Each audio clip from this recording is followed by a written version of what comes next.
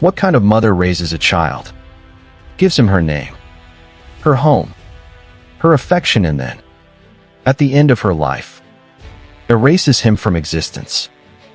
Not a dime in her will. Not a word of acknowledgement. Not even a final goodbye. Was this a cold, calculated decision or a final act of emotional self-defense? This isn't a story about a war criminal or a true crime suspect.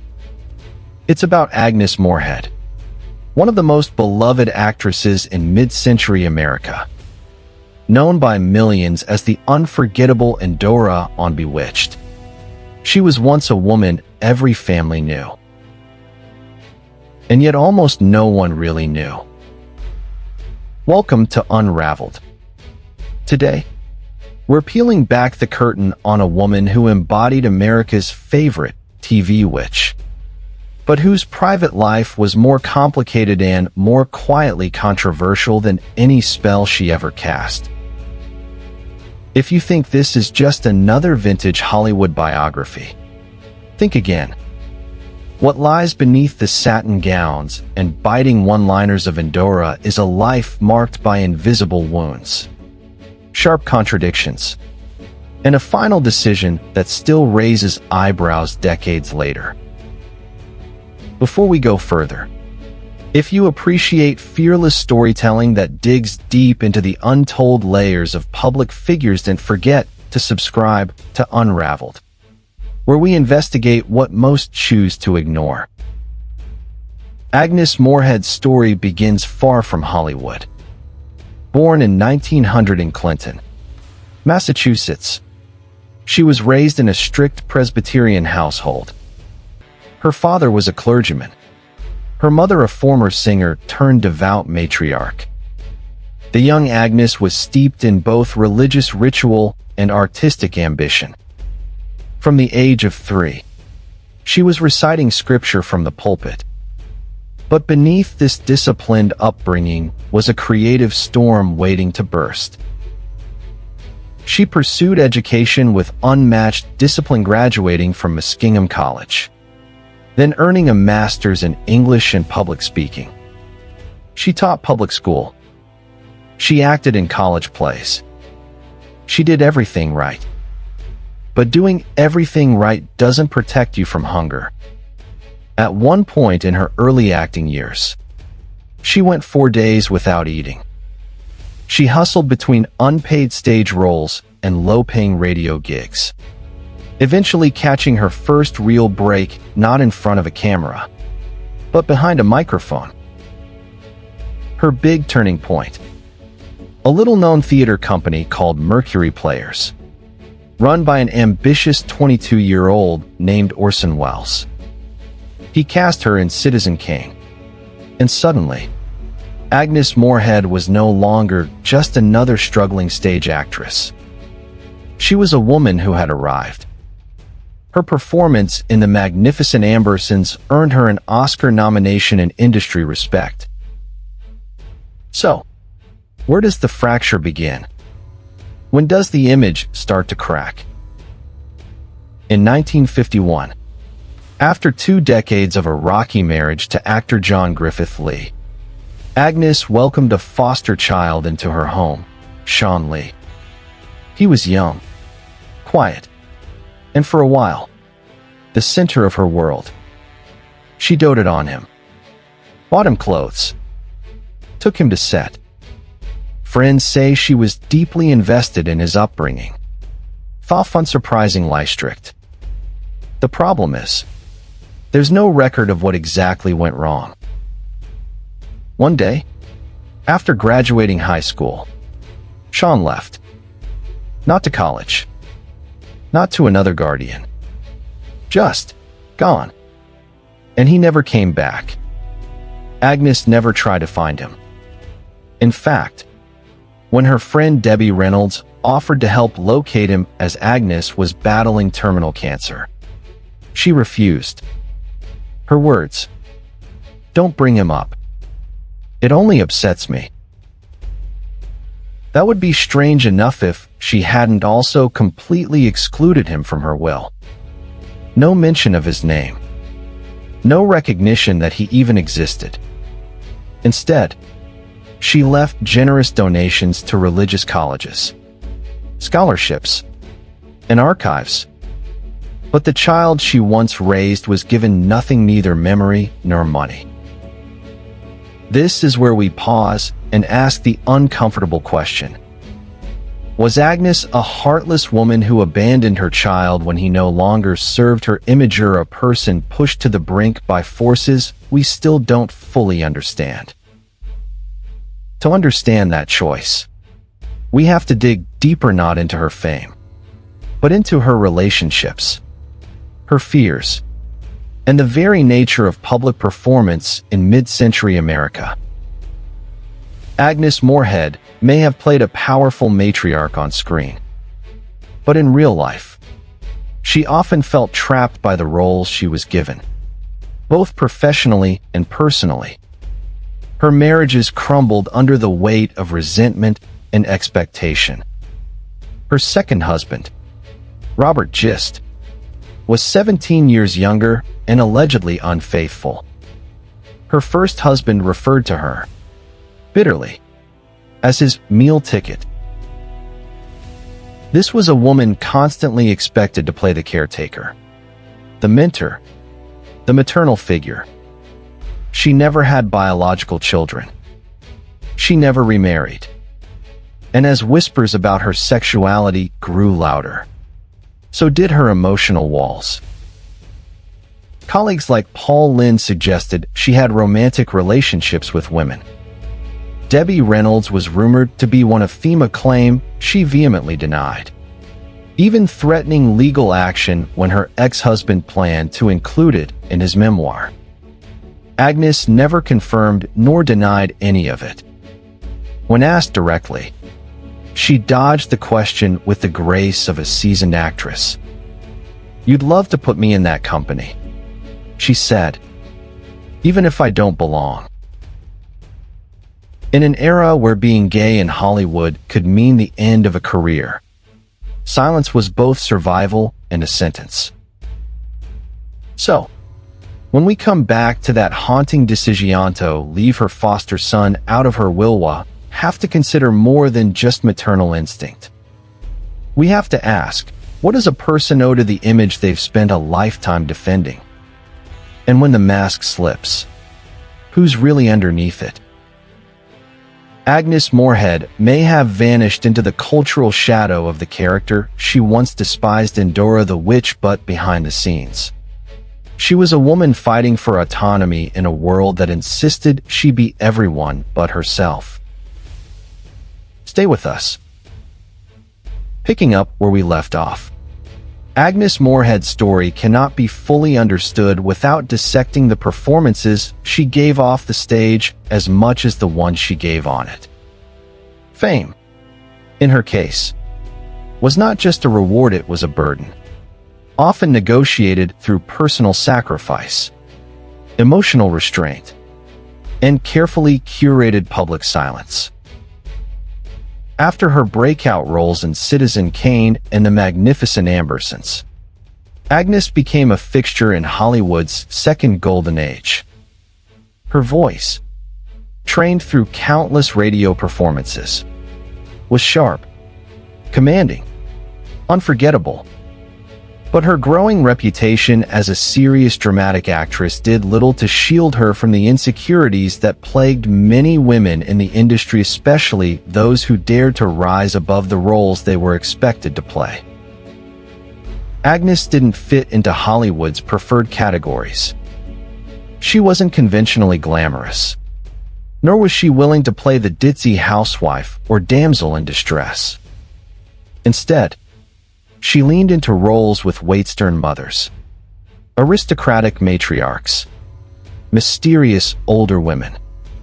But with each casting, Hollywood was also quietly boxing her into a persona, powerful, elegant, but emotionally inaccessible. This disconnect wasn't just professional, it was deeply personal. Her marriage to John Griffith Lee lasted 22 years. But it was by no means a romantic fairy tale. Lee, though an actor himself, struggled with the reality that his wife had far outshone him professionally. The power imbalance bred resentment. Friends said Agnes remained committed, but John grew bitter, once calling her his meal ticket. The phrase stung not just for its cruelty, but for the truth it exposed. In a time when men were expected to lead, Agnes was the one earning and achieving, while her husband shrank in her shadow. Their split in 1952 didn't come as a shock to insiders. But what followed was far more surprising: the decision to foster a child. Sean Lee, the boy she and John took in during the final years of their marriage, entered Agnes's life just as everything else was falling apart. Some saw this as a way for her to embrace motherhood without sacrificing her independence. Others speculated it was a calculated move to align her public image with the ideal woman Hollywood liked to promote. Whatever her motivations, those close to her say Agnes genuinely tried to be a good mother, though trying might be the operative word. According to colleagues like Lucille Ball, Agnes could be loving, but she was also controlling, strict, perfectionistic. She expected discipline, order, and excellence from the child she brought into her home, just as she demanded them from herself. When Sean graduated high school and left, it marked more than just the end of a chapter. It was the beginning of a silence that would never be broken. He didn't return. She didn't pursue him. And over time, even speaking his name became taboo. But while her personal life turned inward, her public persona soared. In 1964, she reluctantly took on the role that would immortalize her in Dora, the flamboyant, spell-casting mother-in-law in the hit sitcom Bewitched. At first, Agnes dismissed the offer. She found the script weak, the humor too slapstick, the character a caricature. But a chance encounter with co-star Elizabeth Montgomery at a department store changed her mind. There, face to face, Montgomery asked her to reconsider. Out of courtesy or curiosity, or perhaps the pressure of being asked so directly, Agnes said yes. What she didn't realize was that this one yes would shape the rest of her life. Bewitched became a runaway success. Audiences loved Dora. She was stylish, witty, scathing, yet weirdly lovable. Moorehead appeared in over 150 episodes, more than any supporting character. The role won her critical acclaim and 6 Emmy nominations. But behind the scenes, she loathed it. She once called the scripts hack work, said the writing was shallow, uninspired. To her, Dora was not a role of substance, it was a colorful costume, a mask, a performance without soul. But the public didn't care. To them, she was Dora, forever. And that, perhaps, is the tragedy. Because as the years went on, Agnes Moorehead, serious actress with stage pedigree and Shakespearean training, found herself typecast as a witch, an eternal sidekick, a television novelty.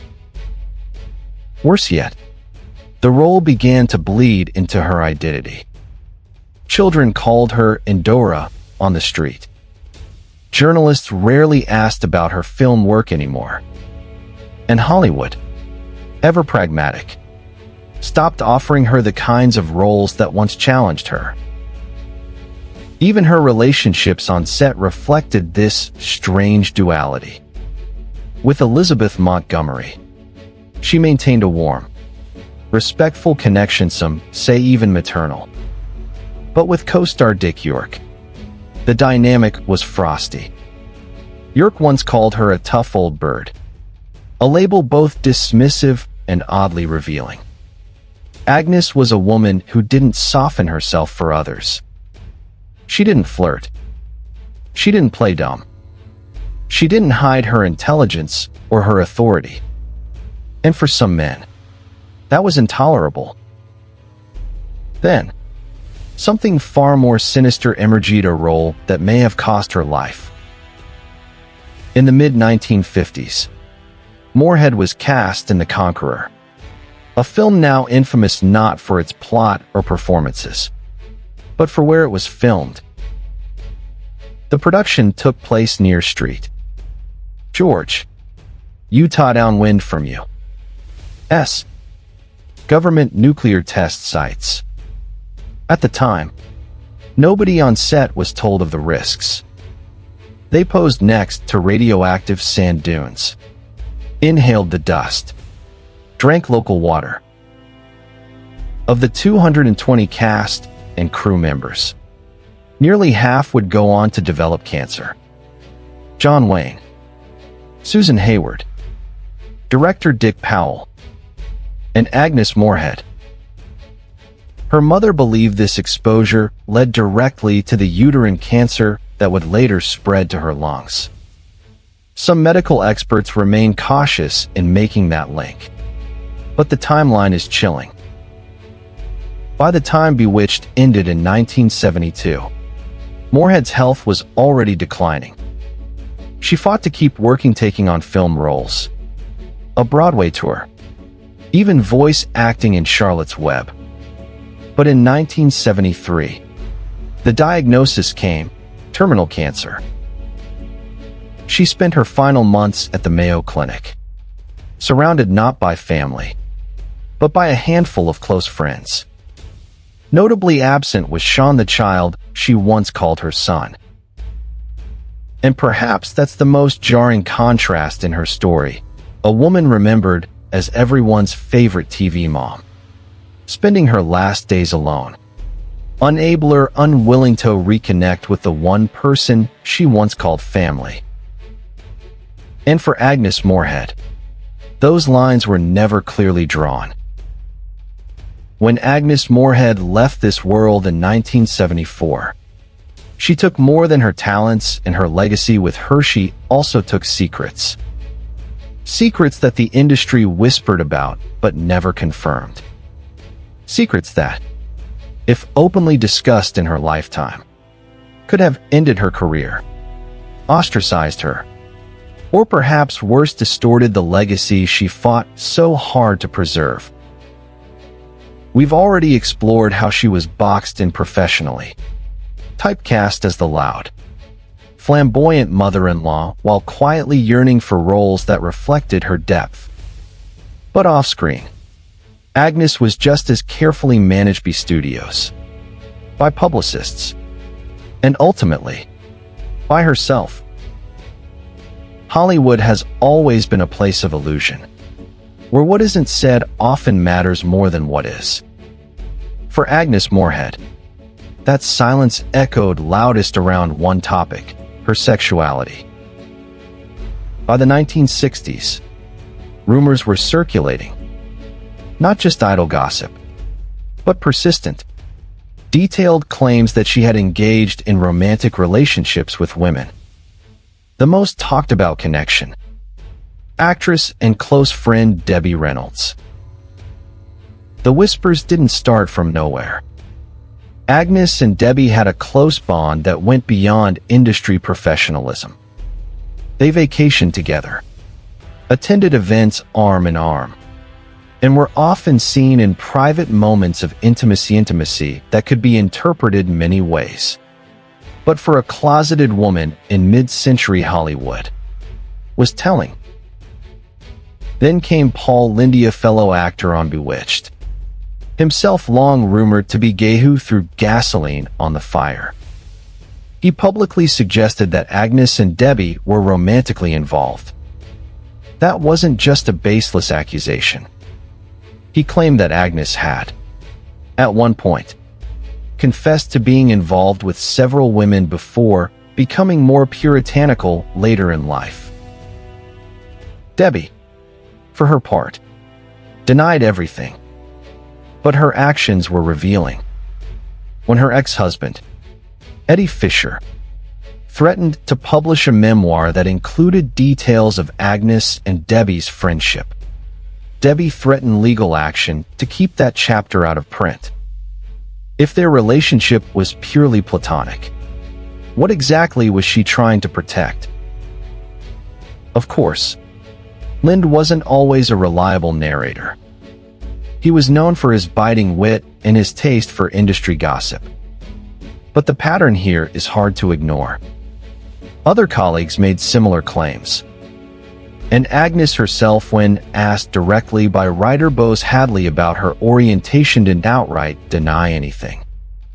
Instead, she said cryptically, "You'd love to put me in that excellent company even if I don't belong." It wasn't a confirmation, but it wasn't a denial either. And in an industry where silence was often the only safe option, this kind of ambiguity was its own form of resistance. Agnes had lived through an era when being publicly gay meant losing everything. Your studio contract, your endorsements, your audience. For actresses in particular, the fallout could be devastating.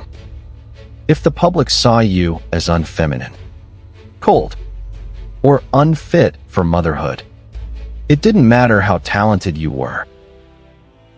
Which brings us back to the most painful question in her story.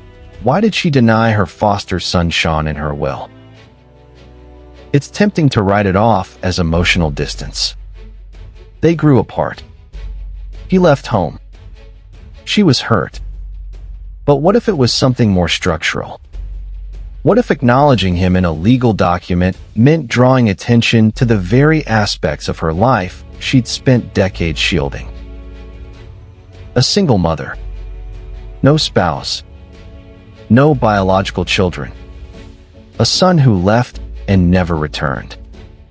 These facts, if fully illuminated, might have raised even more questions about her personal life, questions she had spent her entire career dodging.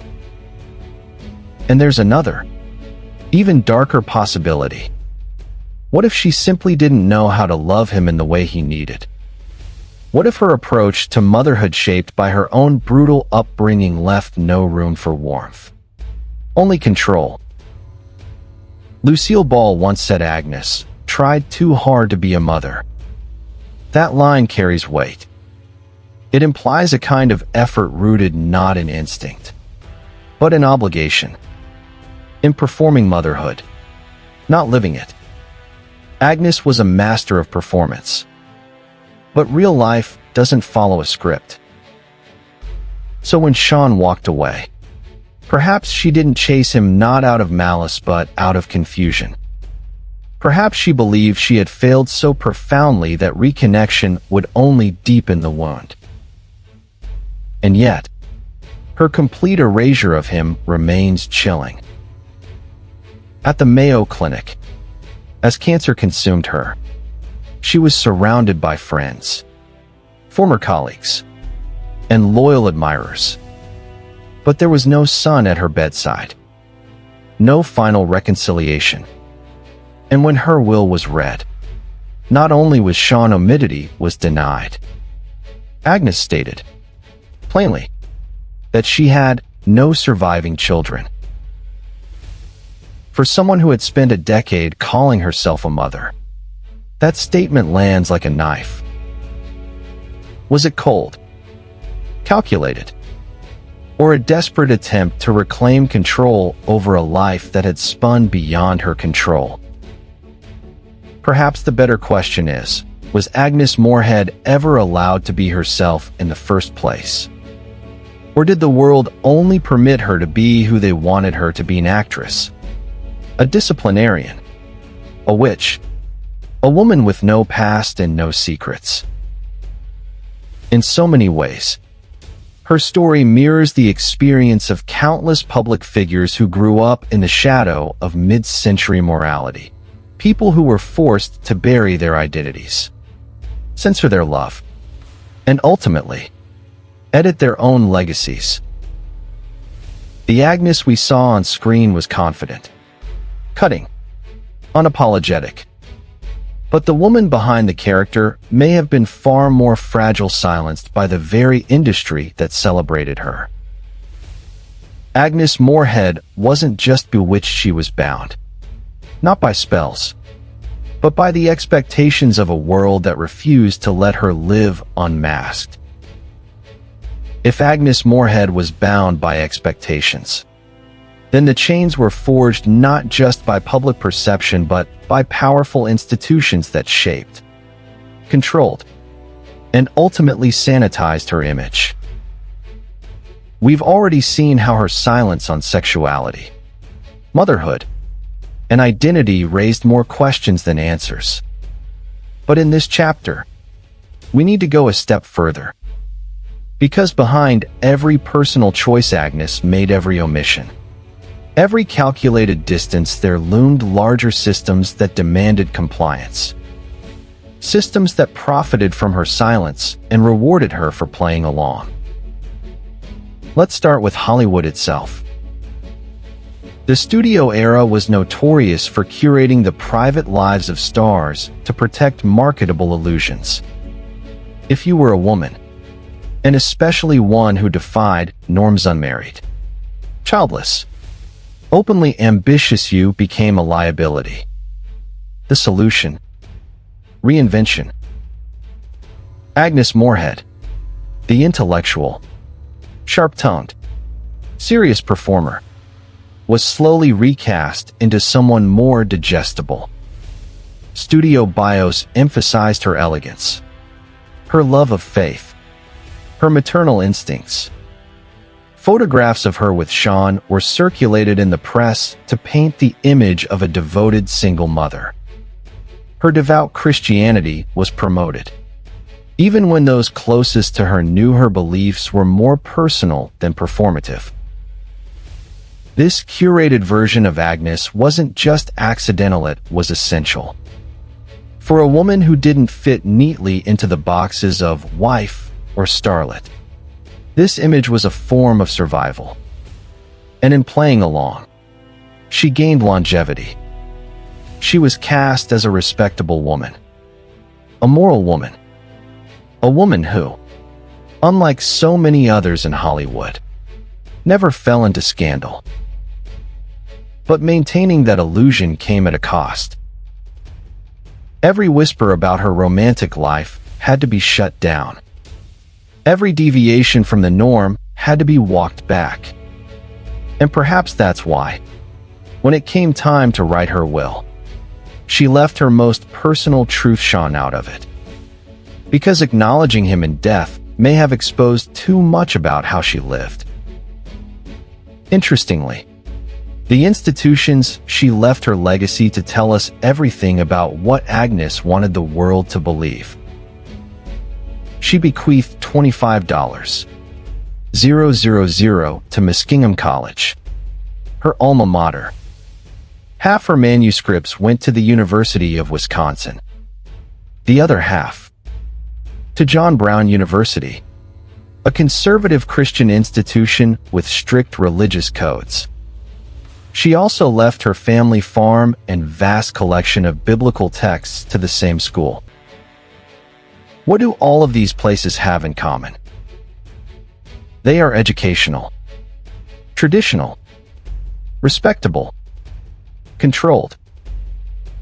And none of them would have welcomed any public exploration of the questions that lingered around her identity. By gifting her estate to them, Agnes cemented a narrative. She was a woman of faith, of scholarship, of structure, and perhaps, in the face of a life she couldn't control, this was her last effort to impose order. But what if that very order was the reason she died feeling so isolated? In choosing institutions over individuals and choosing legacy over intimacy, she made a profound statement about trust. She trusted that these places would preserve her name without judgment, that they would honor her contribution without poking into her contradictions, that they would never ask about Sean or Debbie, or why the woman who played America's favorite mother chose to leave no child behind. To understand this deeper, we have to go back to her roots. Agnes was born in 1900 to a Presbyterian minister father and a former singer mother. The household was strict, moralistic, structured. Her father punished disobedience with psalm memorization. Her childhood was one of spiritual rigor and emotional discipline. This dual influence, art and austerity, followed her throughout life. She loved performance but feared indulgence. She valued education but shunned chaos. She thrived in roles of power but resented the vulnerability they demanded off camera. It's no coincidence that the woman who played Indira, a character who relished control, appearance, and mystery, was herself constantly working to maintain control of her narrative. But here's the paradox. In seeking to protect her image, did she also strip it of its humanity? Hollywood rewarded her for being untouchable. The institutions she chose preserved her as a symbol of old-world virtue. And yet, none of them could reflect the full depth of her realistic woman, torn between roles, between duty and desire, between the person she was and the person she was permitted to be. There's a haunting detail here that's easy to miss. Agnes's will, beyond omitting her foster son, contained no deeply personal messages, no letters, no memoirs, no final reflections, only allocations, artifacts, and assets. It's as if she knew that even in death, her truth might be weaponized. So she left nothing that could be misinterpreted, nothing that could be quoted out of context, nothing that could betray the mask. And that silence, that deep, meticulous silence, is perhaps the most eloquent confession of all. Agnes gave the world exactly what it wanted, but in doing so, she may have lost the only thing she ever needed, the freedom to simply be. Agnes Moorehead spent a lifetime trying to shape her image on her own terms, only to have it ultimately shaped by something far beyond her control, a single role in a primetime sitcom. We can't talk about Agnes Moorehead without talking about Bewitched. And yet, we also can't talk about Bewitched without acknowledging the bitter irony of what it did to her. Because while it made her a household name, it also made her invisible in every other context. She once said she took the role of Indira reluctantly. The character, an eccentric, flamboyant witch and meddling mother-in-law, wasn't what she considered serious work. She reportedly dismissed the script as hack writing and expressed distaste for the show's light tone and shallow humor. She didn't believe the project would last more than a season. She thought it would be a detour, not a legacy. But Bewitched became a phenomenon, and Indira became iconic. Each week, millions of Americans tuned in to watch her swirl onto the screen in capes, jewels, and otherworldly eye makeup. She glared. She insulted. She smirked. She cast spells and threw shade with equal power. Audiences loved her. And that love became a problem. Because soon, it wasn't just the character they loved, it was the character they assumed was Agnes Moorehead. The timing couldn't have been more cruel. By the time Bewitched premiered in 1964, Moorehead had already built a respected career. She had worked with Orson Welles, earned an Oscar nomination, performed in Shakespeare and Tennessee Williams. She wasn't new. She wasn't breaking out. She was already established. And yet, the instant she donned that purple eyeshadow and stepped into the role of Endora, decades of hard work evaporated from public memory. Suddenly, interviewers didn't ask about the magnificent Ambersons or her radio days. They asked about magic tricks. They asked about her costumes. They asked what it was like to play that witch. For someone who had fought for roles with depth and integrity, this reduction was maddening. But it was also irreversible. The show ran for 8 seasons. Endora appeared in nearly every episode. And with each broadcast, the line between actress and character blurred. Children called her Endora in public. Strangers expected her to act sarcastic, dramatic, flamboyant. But Agnes Moorehead wasn't Endora. Not really. She was reserved, intellectual, often serious, spiritually inclined, conservative in manner, even as the character she portrayed became more outrageous. This growing divide between public perception and private reality created a strange kind of isolation, one that only deepened as the series continued. She gave the performance her all because she was a consummate professional, but she resented the fact that this was what the world chose to remember. Fame, in this case, didn't expand her possibilities, it narrowed them. And perhaps the most tragic part of it all, she saw it coming. Agnes knew the danger of being typecast. She had watched it happen to others. But Bewitched offered stability, exposure, and a consistent paycheck. In the end, she couldn't say no. There's a lesson here that goes far beyond television or acting. It speaks to a much larger cultural problem: how we reward women, especially older women, for being one-dimensional, entertaining, and non-threatening. Endora was funny, dramatic, and ultimately safe. A cartoon, a parody of the overbearing mother. Audiences didn't have to take her seriously. They didn't want to.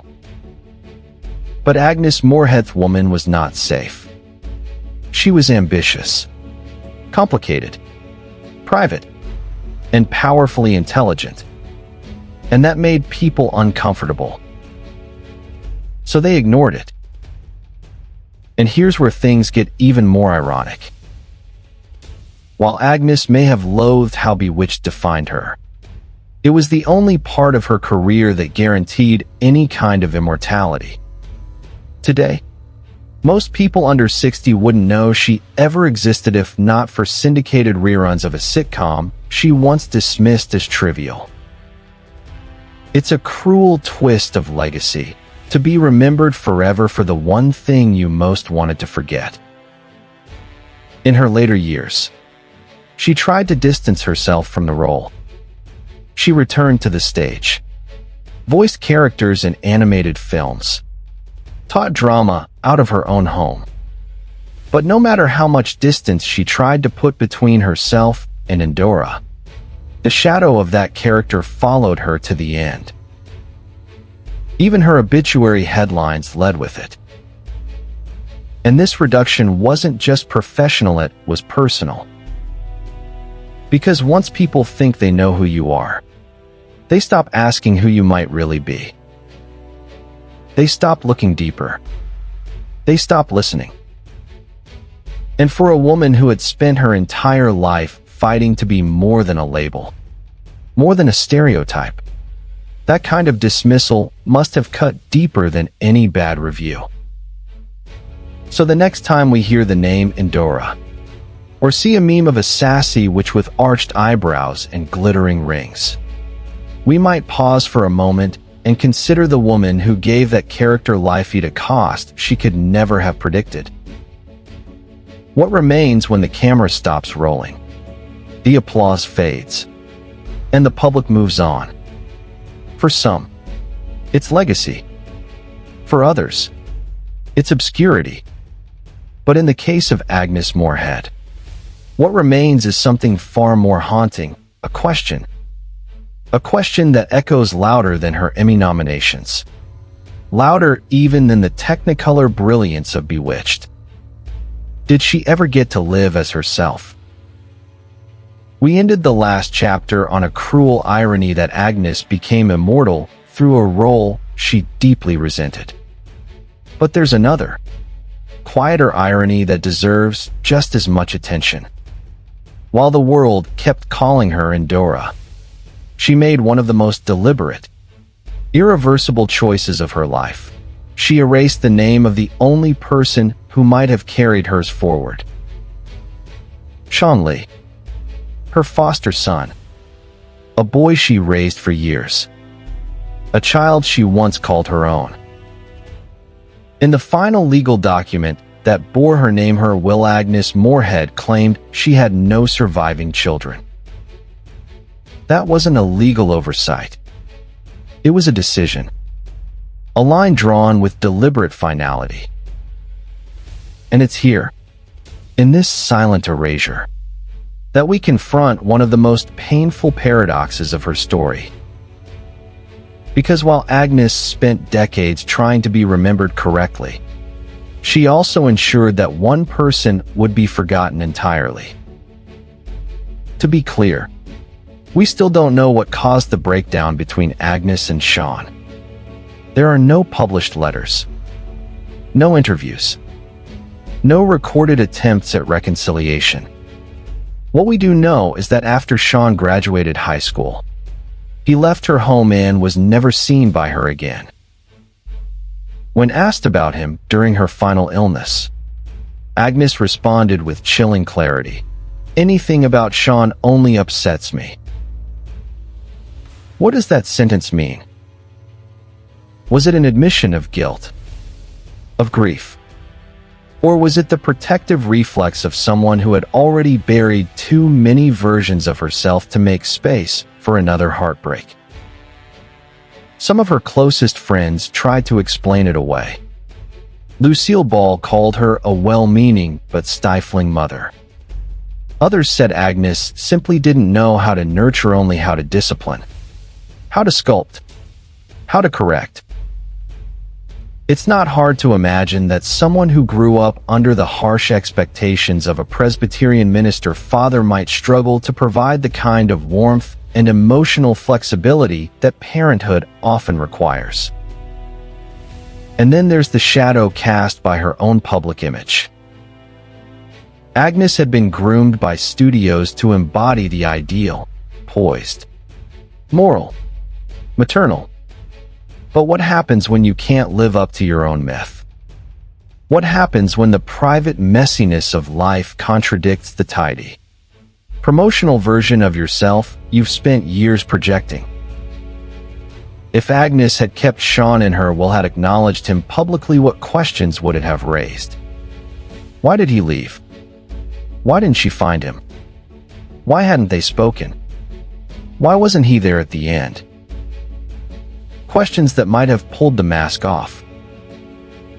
Questions that, in her final years, she seemed determined to avoid at all costs. So instead, she made her final act one of erasure. No mention of him. No bequest. Not even a token of recognition. And yet, for all her efforts, Sean remains. Not in her will, not in her estate, but in the margins, in the silences, in the footnotes of her biographies and the anecdotes of her friends. He exists because absence is its own form of presence.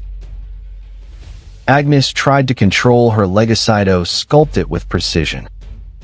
But real legacy is messy. It includes the things we'd rather forget, the people we pushed away, the truths we tried to bury. And maybe that's why her story still resonates, because it forces us to confront a question that applies far beyond Hollywood. What happens to those who refuse to fit the narrative? Agnes Moorehead didn't conform. She didn't marry conventionally. She didn't mother conventionally. She didn't explain herself. She didn't confess. She didn't collapse into vulnerability for the sake of relatability. She also didn't allow herself much grace. Her silence may have protected her, but it also built a fortress no one could enter. Not fans. Not interviewers. Not even the boy who once called her mom. And that brings us to the heart of the contradiction. Agnes Moorehead was remembered as America's most recognizable magical matriarch. But in life, she seemed haunted by the roles she could never shed. The roles she had to accept. The roles she had to deny. She didn't want to be identified as a witch. She didn't want to be remembered only for Bewitched. She didn't want to be asked about her sexuality. She didn't want to talk about her son. What did she want? That, perhaps, is the most human part of her story, because like so many of us, she may not have fully known. Or maybe she did know and just didn't believe she was allowed to ask for it. In the end, Agnes Moorehead left behind more than a resume. She left behind a portrait of a woman constantly navigating the space between what was expected and what was true. A woman punished for being too sharp, too single, too devout, too private, too much and never enough. And in doing so, she became something rare, a mirror. A mirror reflecting our obsession with control, our discomfort with ambiguity, our need to package people into digestible, simplified narratives even when the truth is far more complicated. Agnes Moorehead lived in the space between fact and fiction, between public icon and private mystery. And perhaps, in that space, we see not only her but ourselves. Because in the end, who among us doesn't carry some version of a secret, a silence, a story untold? Not every ghost wears a costume, and not every haunting comes from the dead. Some hauntings live in what we don't say. And Agnes Moorehead, she mastered that silence better than most. Agnes Moorehead's life was never about scandal in the way tabloids define it. It wasn't loud, or messy, or self-destructive. It was something far more difficult to confront, a quiet dissonance between the story she lived and the one the world insisted on telling. She was revered, yet restrained, visible, yet unknowable, applauded for playing a witch, but punished for being a woman who didn't explain herself. She gave everything to the public, and yet, the one thing we never truly got was her. So we're left with the fragments, the roles, the rumors, the silences, a foster son left behind, a sexuality never claimed, a legacy that feels both brilliant and incomplete. And maybe that's the real story here. Not just the life of a woman shaped by Hollywood, religion, and secrecy, but the reflection of a society that still struggles to let people be more than just the labels we give them. How many Agnes Mooreheads have we erased by asking the wrong questions? Or worse, be never asking any at all? Thank you for watching this episode of Unraveled. If you're drawn to the stories that live in the margins, To the truths that history tries to edit out, then, this is your place. Subscribe to Unraveled so you don't miss a single truth that was never meant to be uncovered. We'll see you next time. Stay curious.